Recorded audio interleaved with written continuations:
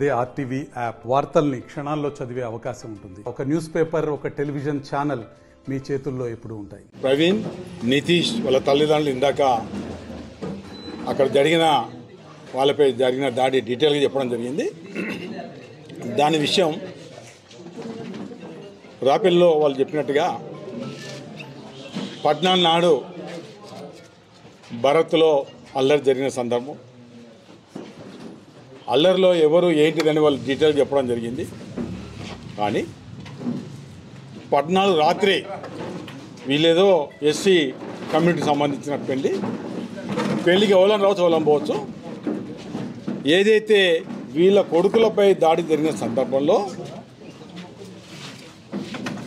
అదే రాత్రి ఆజిపూర్ ఎస్ఐ గారు వాళ్ళంతా 11-12 గంటల మధ్యన ఇంటికి పోయి మొత్తం సెర్చ్ చేయడం జరిగింది. ఏది వీళ్ళ కోసం.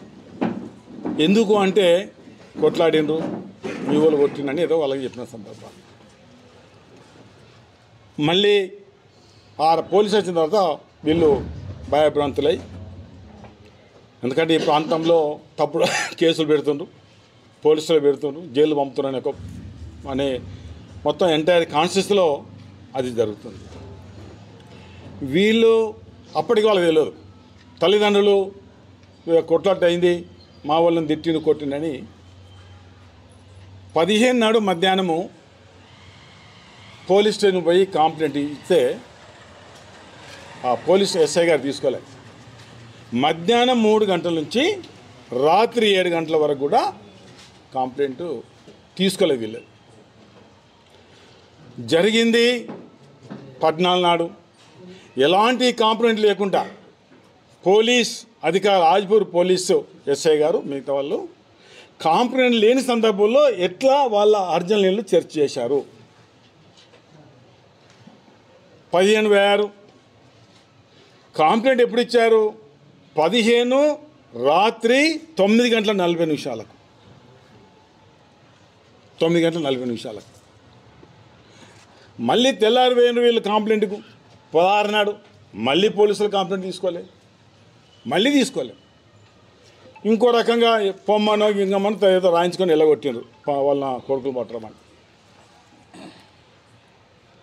ఆ సందర్భంలో వాళ్ళ కొడుకుల్ని కొట్టిన తర్వాత అందరు చెప్పుకుంటారు కామన్గా. కేసు ఏ రకంగా ఒకసారి ఏదైనా చిన్న గడబడైతే కంప్లైంట్ అట్లనే సాధారణ కంప్లైంట్ ఇవ్వమంటారు. వితౌట్ కంప్లైంట్ పోయారు, అది 100% 100% పొరపాటు. అది అత్యుత్సాహంగా చేస్తున్నారు పోలీసు వాళ్ళు. ఎందుకంటే కాంగ్రెస్ ప్రభుత్వానికి బాగా పనిచేసేదో మేలు జరుగుతుందో వాళ్ళు ఆ పని చేస్తున్నారు అక్కడ.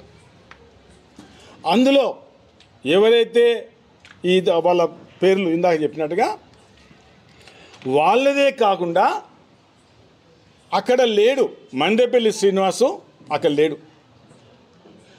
ఆయన మల్లేష్ లాస్ట్ టైం ఆయన భార్య సర్పంచు, ఆయన కూడా అక్కడ లేరు. వాళ్ళిద్దరిని కూడా కేసులో పెట్టడం జరిగింది లేని వాళ్ళకు. ఎంత విచిత్రంగా ఉంది చెప్పండి.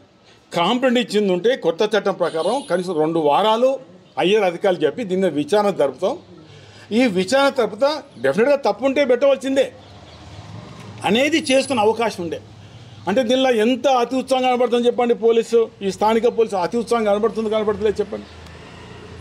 లేని సీను లాస్ట్ టైం ఆయన అంతమంది వైస్ ఎంపీ, లాస్ట్ టైం ఆయన మిస్సెస్ ఎంపీ.